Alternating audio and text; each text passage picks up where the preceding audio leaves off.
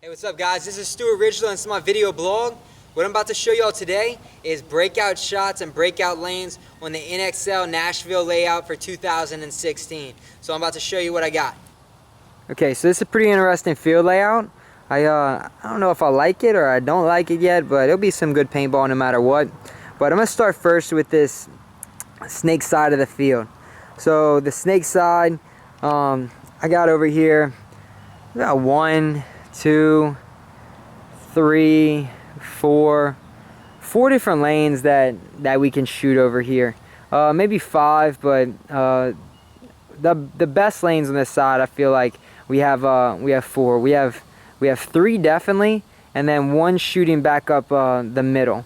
So our first lane that we could shoot right off the starting gate on the left side of home would be right here for this little pole going towards this big can out here.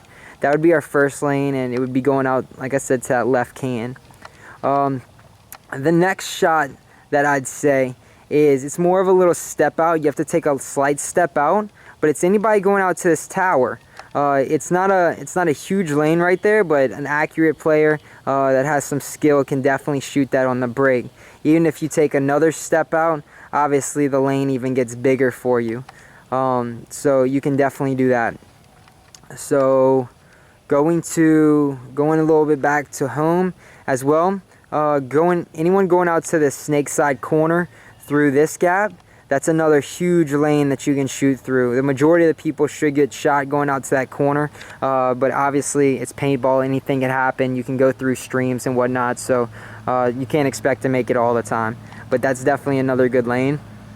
So those are the 3 that I have on this snake side. So again, right here shooting towards this can at that pole, that's our first one.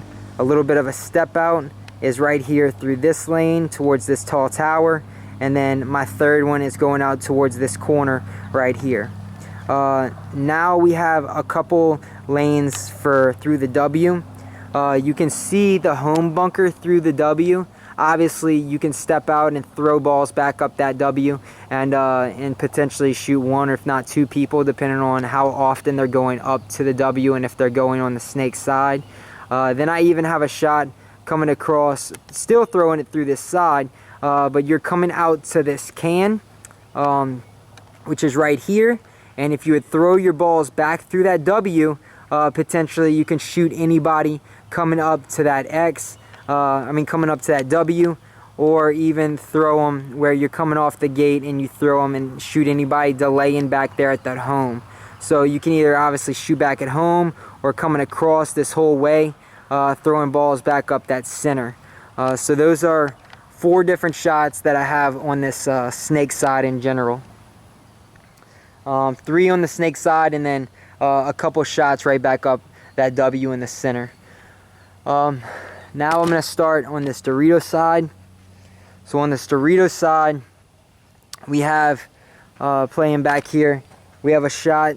It's kind of on the edge of the starting gate, but you can definitely hit it. It's going towards this first can out here, this big can. It's a pretty nice lane. The run out there, it's not really that close of a run, so if you put your first couple balls accurate down there, you can definitely shoot that player without a doubt. Now moving over a little bit. This pin and whatnot blocks off the little pin going outside, which we'd call Dorito 1 on this field, which is that little Dorito right there. So that pin and whatnot blocks it off. So it's not really the best shot in the world to try to shoot through there to shoot him. I wouldn't recommend it. I'd recommend definitely shooting for that first can and not trying to even shoot for that first little Dorito. And then right here, stepping back inside, we have a shot for anyone trying to go out to that corner or out to that Dorito 2, which is pretty much this big Dorito right here on the other side. You can see that gray Dorito down there. That's the Dorito I'm talking about. So throwing it right through these two big Doritos in the 50, and potentially shooting anybody going out to that corner and shooting anybody going out to that Dorito 2. You also have obviously a shot up the center right here on the right side of this center Dorito through that valley, on the Dorito side, which could hit anybody going out to that Dorito side, and that's also delaying as well.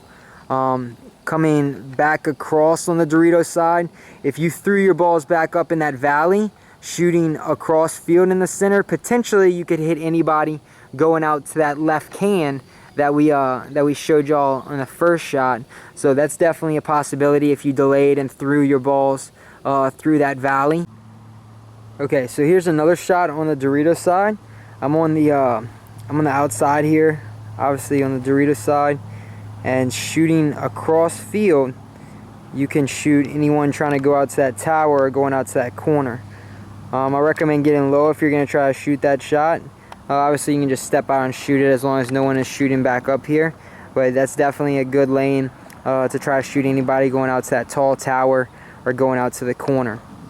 So yeah, those are as far as the home shots.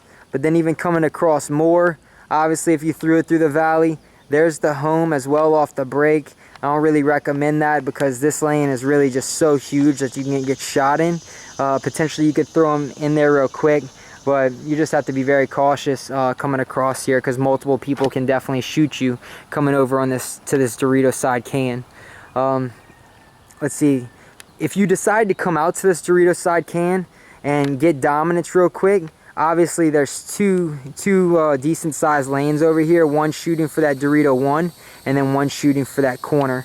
So if you got dominance over here real quick, potentially you could shoot anybody trying to go out there if you're fast enough to get out here before they got out here.